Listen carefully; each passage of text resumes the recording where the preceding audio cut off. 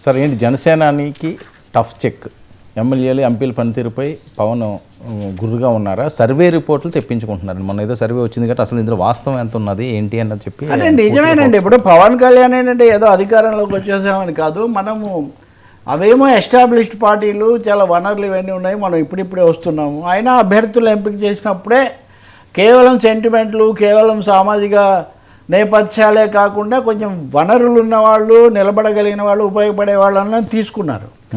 అలాగే కూటమిలో పార్టీలు వేరే వాళ్ళని తీసుకుంటే పూర్తి ఏకీభావం ఉండాలని చంద్రబాబు షరతు పెట్టినప్పటికీ కూడా సాహసించి బాలినేని శ్రీనివాసరెడ్డి లాంటి వాళ్ళను, లేకపోతే ఇంకా కొంతమందిని కూడా తీసుకున్నారు. ఇంకా కొంతమంది క్యూలో ఉన్నారని చెప్తున్నారు.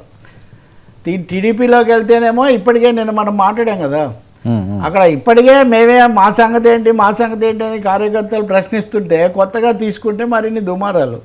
వీళ్లకు వేఅవుట్ లాగా జనసేన కనిపిస్తుంది. కానీ ఇవన్నీ చేసినా కానీ ఇప్పుడు పార్టీ తరఫున 100% స్ట్రైక్ రేట్తో ఎన్నికైనటువంటి ఎమ్మెల్యేలు, 2 ఎంపీలు, ఇంకా మనం నియమించిన నామినేటెడ్ పదవుల్లో ఉన్నవాళ్ళు వీళ్ళంతా సమర్థంగా పనిచేసి పార్టీ పెరుగుదలకు ఉపయోగపడితేనే మనము ఉపయోగం తప్ప, లేకపోతే మటుకు టఫ్గా కఠినంగా ఉండాల్సిందే.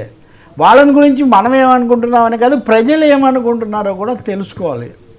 దాని మీద తప్పకుండా ఎప్పటికప్పుడు అభిప్రాయ సేకరణ చేయటము.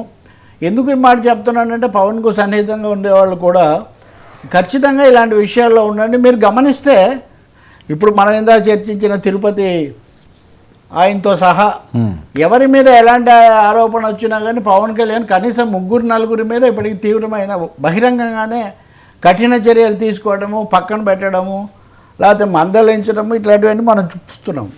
సో ఇవన్నీ ఒకవైపున అభిప్రాయ సేకరణ, రెండవది ఏదైనా తప్పులు జరిగాయంటే చర్యలు తీసుకోవడం, మూడవది తన వల్ల ఏదన్నా కమ్యూనికేషన్ గ్యాప్ వచ్చిందంటే కూడా వెంటనే రంగంలోకి దాన్ని దిద్దుకోవడము, దిగి ఇవన్నీ కూడా మనం చూస్తున్నాము. ఆ విధంగా ఈ టఫ్ ఏదో అయిపోయింది, గెలిచేసాము. ఎందుకు చెప్తున్నారంటే ప్రజారాజ్యం టైంలో ఇలాంటి కొన్ని ఫిర్యాదులు ఉన్నాయి. ఇంకా ఇతర పార్టీల్లో కూడా గెలిచిన తర్వాత అయిపోయిందని, అది కుదరదు. You will be under scanner అనే ఒక మెసేజ్ ఆయన ఇవ్వదలుచుకున్నారు. రిపోర్టులు కూడా తెప్పించుకోవడం, వాటిని ఎప్పటికప్పుడు స్కాన్ చేయడం, దీనికోసం ఒక టీం, ఇది కూడా చాలా స్పష్టంగా జరుగుతుంది. అది మంచిదే, ఎందుకంటే అకౌంటబిలిటీ చాలా ముఖ్యం కాబట్టి. అలాగే ఆఫీసర్లుగా కూడా బాగా విశ్వాసపాత్రులుగా ఉండి కొంచెం గట్టిగా పనిచేస్తారు అనే వాళ్ళని కూడా తీసుకుంటున్నాడు. ఇంకో సమస్య కూడా ఉంది కదా తనకు, కొద్దిగా గొప్ప ఇంకా మిగిలిపోయిన సినిమాలు పూర్తి చేయాలి. రెండవది సౌత్ ఇండియాలో బీజేపీకి లేదా ఎన్డీఏకు ఒక స్నేహితుడిగా రాయబారిగా ఉన్నాడు కాబట్టి రేపు తమిళనాడు ఎన్నికలు వస్తాయి. ఉదాహరణకు తమిళనాడు ఎన్నికలు వస్తే తమిళనాడులో అన్నాడీఎంకేతో బీజేపీ పొత్తు పెట్టుకుంది. రెండో వైపున విజయ్ ఉన్నాడు కదా, ఆ విజయ్ అది దాని పేరేంటి, తమిళ్ వెట్రి కజగం. ఆ విజయ్ ఒక వక్ఫ్ మీద కూడా ఆయన కేసు వేసాడు. అంటే గట్టిగా ఆయన వేరే ప్లాట్ఫామ్ మీద రాబోతున్నాడు. ఆయనకు ఒక సినిమా గ్లామర్ కూడా ఉంది. కమల్ హాసన్ ఏమో డిఎంకేతో ఉన్నాడు. కాబట్టి ఈ సమయంలో ఇతర రాష్ట్రాల్లో కూడా తనకు పని ఉంటుందని ఆయన భావిస్తున్నాడు.